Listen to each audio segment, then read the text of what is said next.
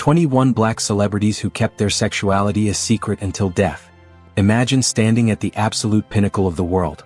The dazzling stage lights blind you, the roar of millions screaming your name is deafening. This is the golden illusion, a realm of unparalleled powerhouses, glittering icons and seemingly invincible legends. But what happens when the forgiving spotlight dims? Behind the picture-perfect smiles and the glamorous facades lies a terrifying reality. Many of our most worshipped black celebrities were prisoners of their own fame, suffocating under fame's crushing pressure. They were forced into a desperate survival strategy, building invisible walls to hide an earth-shattering secret. For them, living their truth wasn't freedom. It was an invisible punishment, a systemic blade swung by a prejudiced society eager to turn icons into tabloid fodder. Today we are tearing down the glittering facade to reveal the raw agony of living a double life. From Whitney Houston's silent battles to Little Richard's chilling speculations, these are the heartbreaking stories of Hollywood's greatest legends who carried their heaviest truths to the grave. Are you ready for the sudden drop? Whitney Houston. Look closely at a candid Polaroid from the late 1980s. Specifically, the barely visible millimeter of negative space between Whitney's shoulder and her best friend, Robin Crawford. To the untrained eye, it is just a casual, everyday pose. But forensically, that microscopic gap represents the exact tragic distance between who she truly was and who the world allowed her to be. Underneath the dazzling stage lights, she was the ultimate powerhouse, a global icon whose celestial voice sold over 200 million records. She was the flawless architect of the golden illusion, presenting a picture-perfect family image that the masses eagerly consumed. However, that tiny millimeter of space in the photograph harbored an earth-shattering secret. Her deep, same-sex romance with Robin was strictly forbidden, aggressively dismantled by a devoutly religious mother and an unforgiving entertainment industry. The systemic blade of 1980s homophobic and racial prejudices forced her to bury her own heart.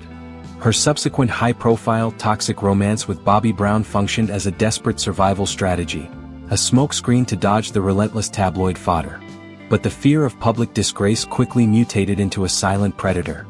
It carved out an unfillable void in her soul, pushing her toward the darkest corners of substance abuse. She spent her final years fighting an invisible enemy, slowly wasting away behind locked hotel doors. When she was found in that Beverly Hilton bathtub, she wasn't just drowning in water. She had spent decades gasping for air under fame's crushing pressure. The cold truth is that the greatest voice of a generation was suffocated by the very image she was forced to protect. Yet, her tragic silence was merely a modern echo of another foundational architect of music, a flamboyant trailblazer who spent his entire life swinging violently between the blinding spotlight and the suffocating, terrifying grip of the pulpit. Little Richard. For the architect of rock and roll, the stage was a battlefield, but the true war raged entirely inside his own mind. Long before his physical body began wasting away from a merciless foe like bone cancer, a different kind of silent predator was feeding on his sanity. As the icon who birthed a musical revolution with explosive hits like Tutti Frutti, he was trapped in a double life dictated by an agonizing religious paranoia. Every time he stepped into the dazzling stage lights, his flamboyant, hyper-energetic persona functioned as a desperate survival strategy. He was terrified of the systemic blade of mid-century racial prejudices and homophobia. He lived in a state of constant, paralyzing dread that an earth-shattering secret regarding his bisexuality would leak, turning him into tabloid fodder and leading to absolute public disgrace. This fear of stigma created a terrifying psychological ghost, a looming entity of guilt that tore him between his natural instincts and conservative faith. He wore an invisible mask so tight it suffocated him, leaving him gasping for air under fame's crushing pressure. The internal contradictions became his invisible punishment, hollowing him out into an unfillable void long before he finally confessed his truth in his later years. Ultimately, the saddest reality of this legendary powerhouse was that his vibrant soul had surrendered to the darkness of his own mind long before his physical form ever took its final, labored breathing. The crushing weight of maintaining a contradictory existence across an ocean decades prior had already forged a similarly agonizing path for a woman who danced through the shadows of Europe to escape an equally ruthless homeland. Josephine Baker. April 1975. The Bobino Theatre in Paris was vibrating with thunderous applause. Josephine Baker, a transcendent icon and unparalleled powerhouse, had just delivered the breathtaking performance of a lifetime, celebrating 50 years of a glittering career. The dazzling stage lights bathed her in absolute adulation, cementing her monumental legacy as a World War II spy and a civil rights hero. It was the absolute zenith of the golden illusion. But merely days later, the forgiving spotlight violently snapped off. She was found dead from a brain hemorrhage. This sudden drop from the roaring, triumphant stage to a cold, silent room perfectly mirrored the raw agony she had successfully masked her entire life. Despite her fierce independence, Josephine lived a heavily guarded double life. Her intimate same-sex relationships, notably her quiet romance with Frida Kahlo, were deeply buried behind invisible walls. In a merciless era dominated by a rigid systemic blade of racial prejudices, openly loving a woman would have meant absolute public disgrace. Even as a pioneer who conquered Europe, she was terrified that the fear of stigma would turn her extraordinary achievements into mere tabloid fodder. So, she danced through the pain, employing her charm as a masterclass in survival strategy. Yet, fame's crushing pressure carved an unfillable void in her heart, acting as an invisible enemy that kept her true essence perpetually imprisoned in the shadows. When the final curtain falls on a life spent hiding in plain sight, one must ask, what is the true currency of glory if the ultimate price is buying a cage for your own soul? That same suffocating cage would soon close its iron bars around another towering intellect across the ocean, a literary giant who boldly decided that if society was going to burn him at the stake, he would be the one to strike the match. James Baldwin. From the very beginning, the American social machinery was a ruthless, systemic blade explicitly designed to eradicate anyone who dared to defy its rigid mold. For a gay, black intellectual navigating the mid-20th century, existence itself was meant to be an invisible punishment. Yet, James Baldwin refused to be a mere pawn crushed under racial prejudices and homophobia. As an undeniable literary powerhouse, he bypassed the dazzling stage lights and instead used his pen as a weapon, daring to publish Giovanni's Room during a profoundly conservative era. The system demanded he maintain a double life or face absolute public disgrace, but Baldwin aggressively rejected the fear of stigma.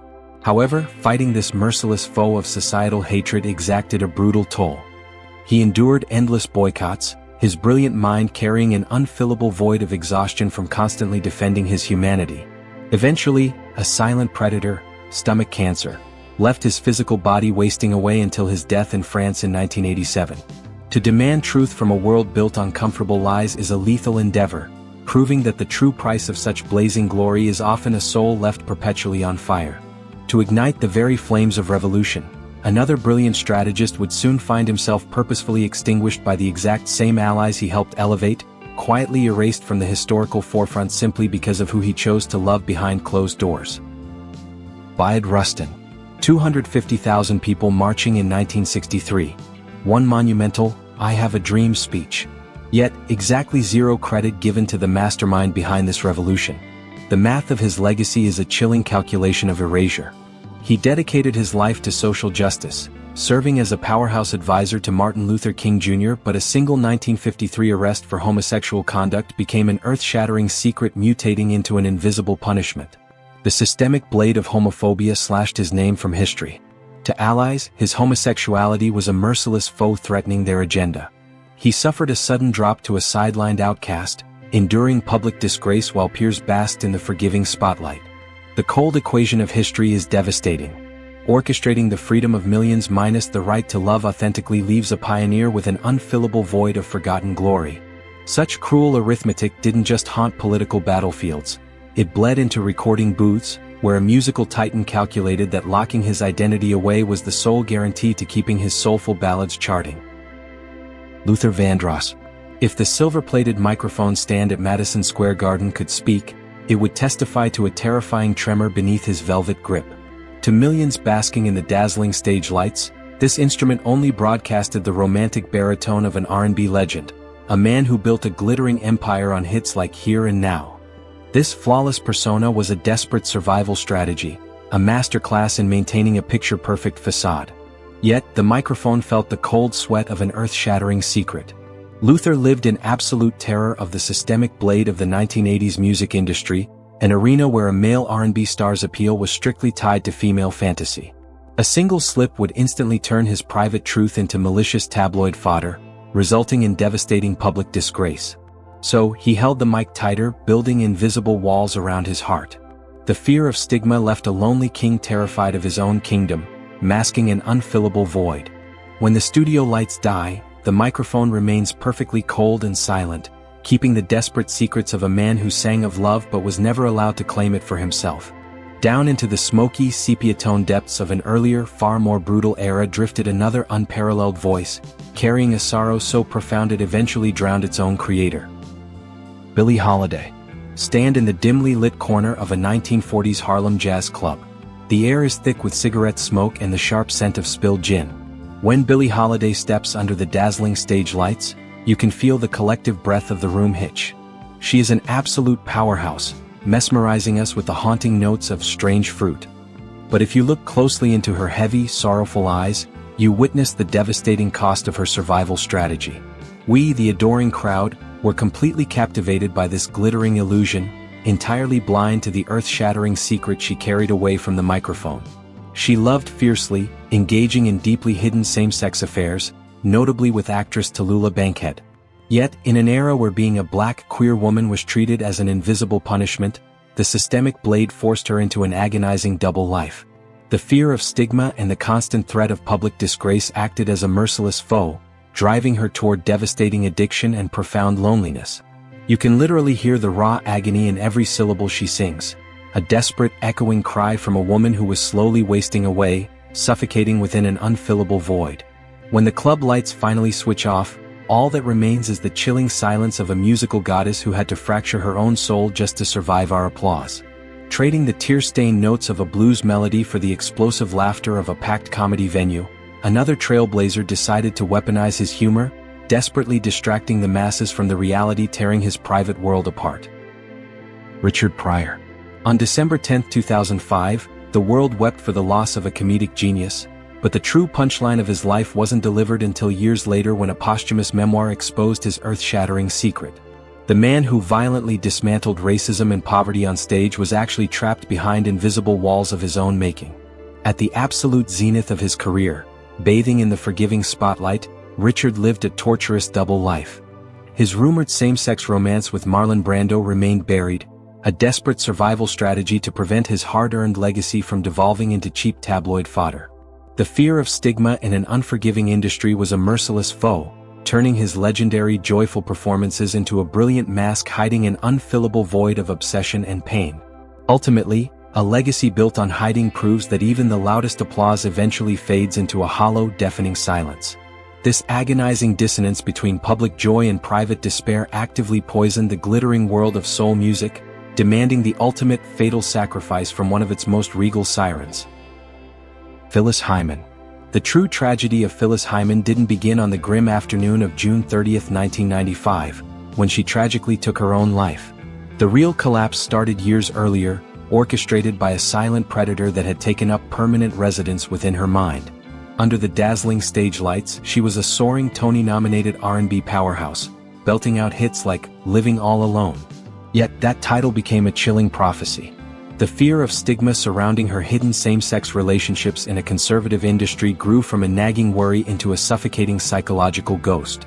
She was utterly terrified that the systemic blade of homophobia would turn her picture-perfect career into vicious tabloid fodder. This paranoia became an invisible enemy, forcing her to construct a survival strategy of absolute secrecy. But hiding your true self is a death sentence for the spirit.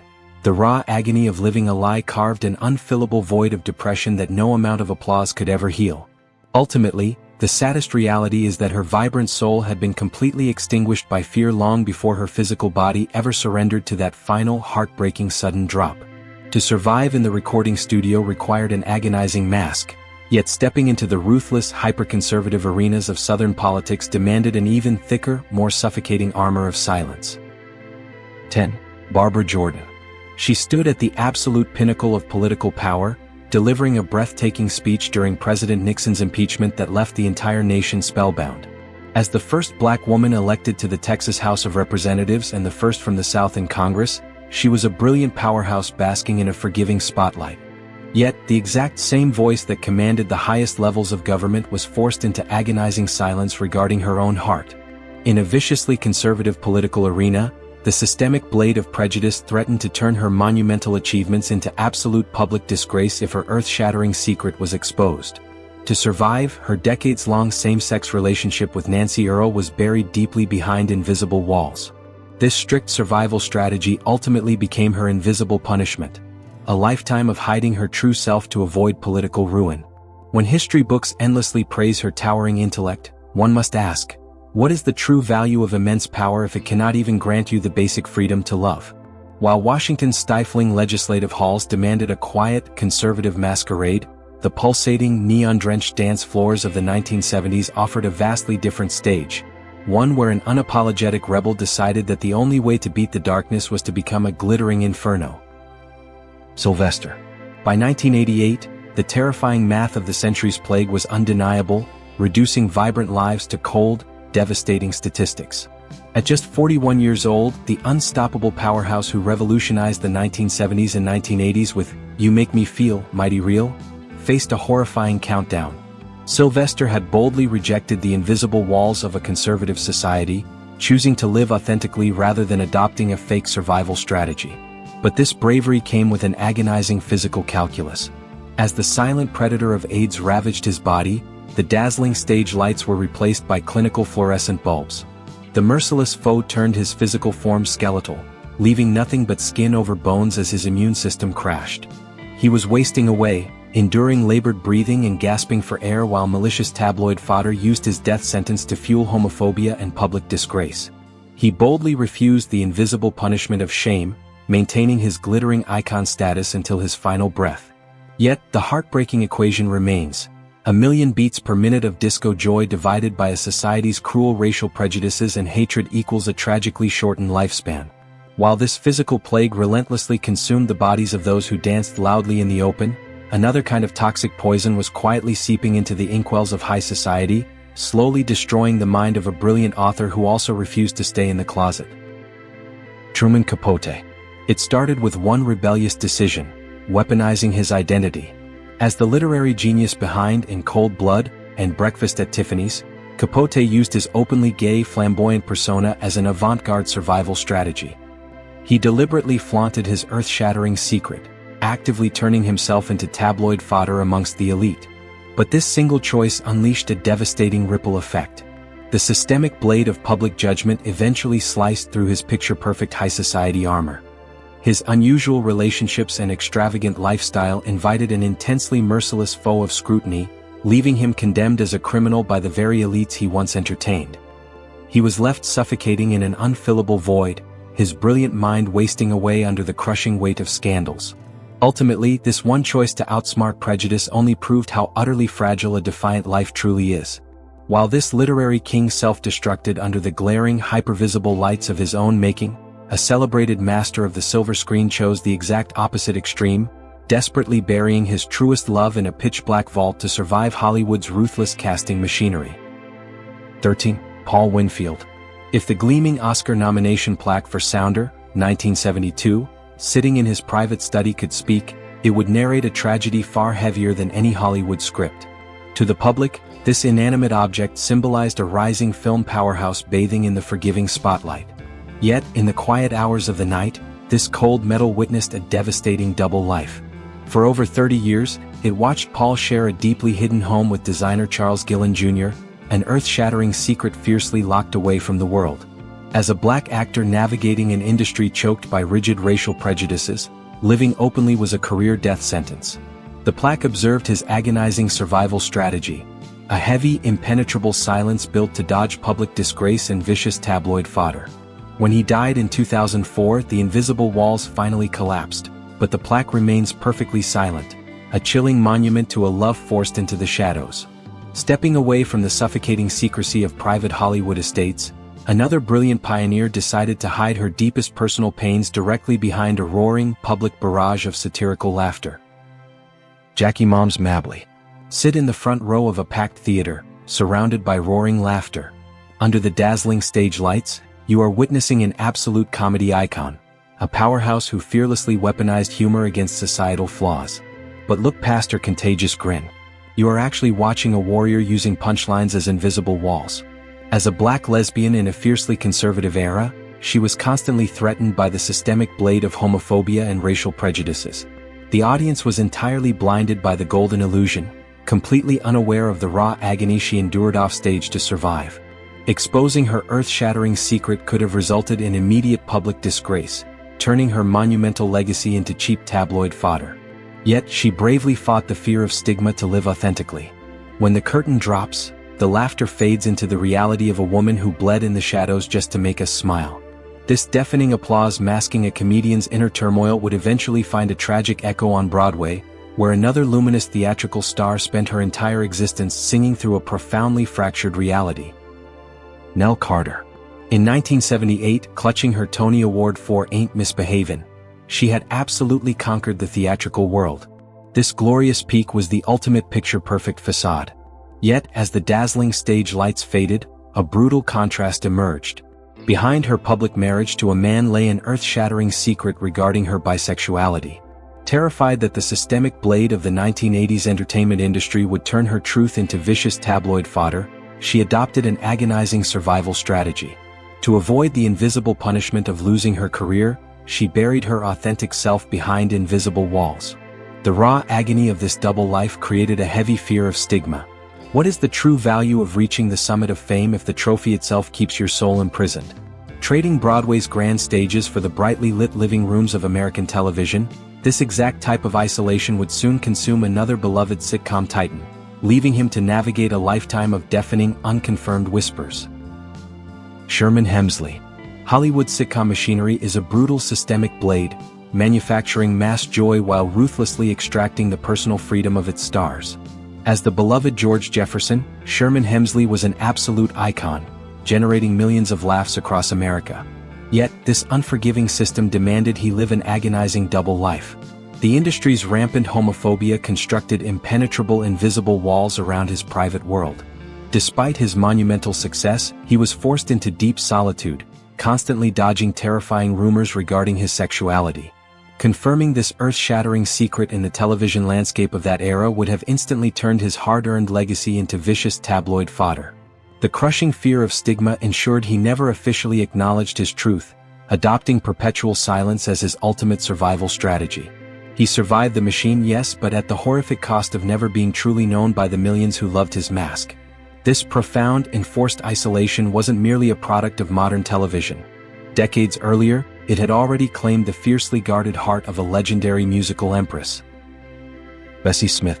Before history books unveiled her earth-shattering secret through posthumous memoirs, the Empress of the Blues had already taken her deepest truths to the grave. We begin at the tragic end. A legendary woman whose authentic heart was entirely buried beneath the suffocating, conservative soil of the 1920s and 1930s. Backtracking to her absolute peak, Bessie was an undeniable powerhouse, ruling the music charts with iconic hits like Downhearted Blues. Under the dazzling stage lights, her majestic title built a massive, picture-perfect fortress around her public marriage. Yet, this royal facade was actually a desperate survival strategy. In reality, she lived a heavy double life, engaging in deeply guarded same-sex affairs. The systemic blade of early 20th century gender prejudices was a merciless foe, constantly threatening to turn her monumental career into vicious tabloid fodder if she ever stepped out of line. The fear of stigma created impenetrable invisible walls, forcing her to endure the invisible punishment of hiding who she truly loved. Ultimately, a royal crown merely becomes a decaying ornament when the queen wearing it is a prisoner in her own kingdom. While this empress was forced to disguise her truest melodies, another brilliant architect of jazz would soon shatter those exact same cages, choosing to orchestrate his life completely in the open. Billy Strayhorn. It all hinged on one incredibly rebellious choice: refusing the mask. As the musical genius behind jazz classics like Take the A Train, Billy Strayhorn was an undeniable powerhouse collaborating with the legendary Duke Ellington. In an era where the systemic blade of prejudice demanded a fake survival strategy, Billy made the defining choice to live openly. He refused to let his authentic self become an earth-shattering secret or an invisible punishment. While others hid behind invisible walls out of the fear of stigma, his decision to be visible acted as a shield against the silent predator of shame. He proved that an icon could face malicious tabloid fodder and still shine brilliantly under the forgiving spotlight. His confidence was a death sentence to bigotry, paving the way for the LGBTQ+ community in music.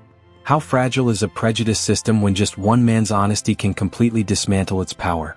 Stepping away from the audible defiance of jazz clubs, the realm of science fiction offered a vastly different sanctuary, allowing a pioneering author to encode her deepest truths into the DNA of entirely alien universes.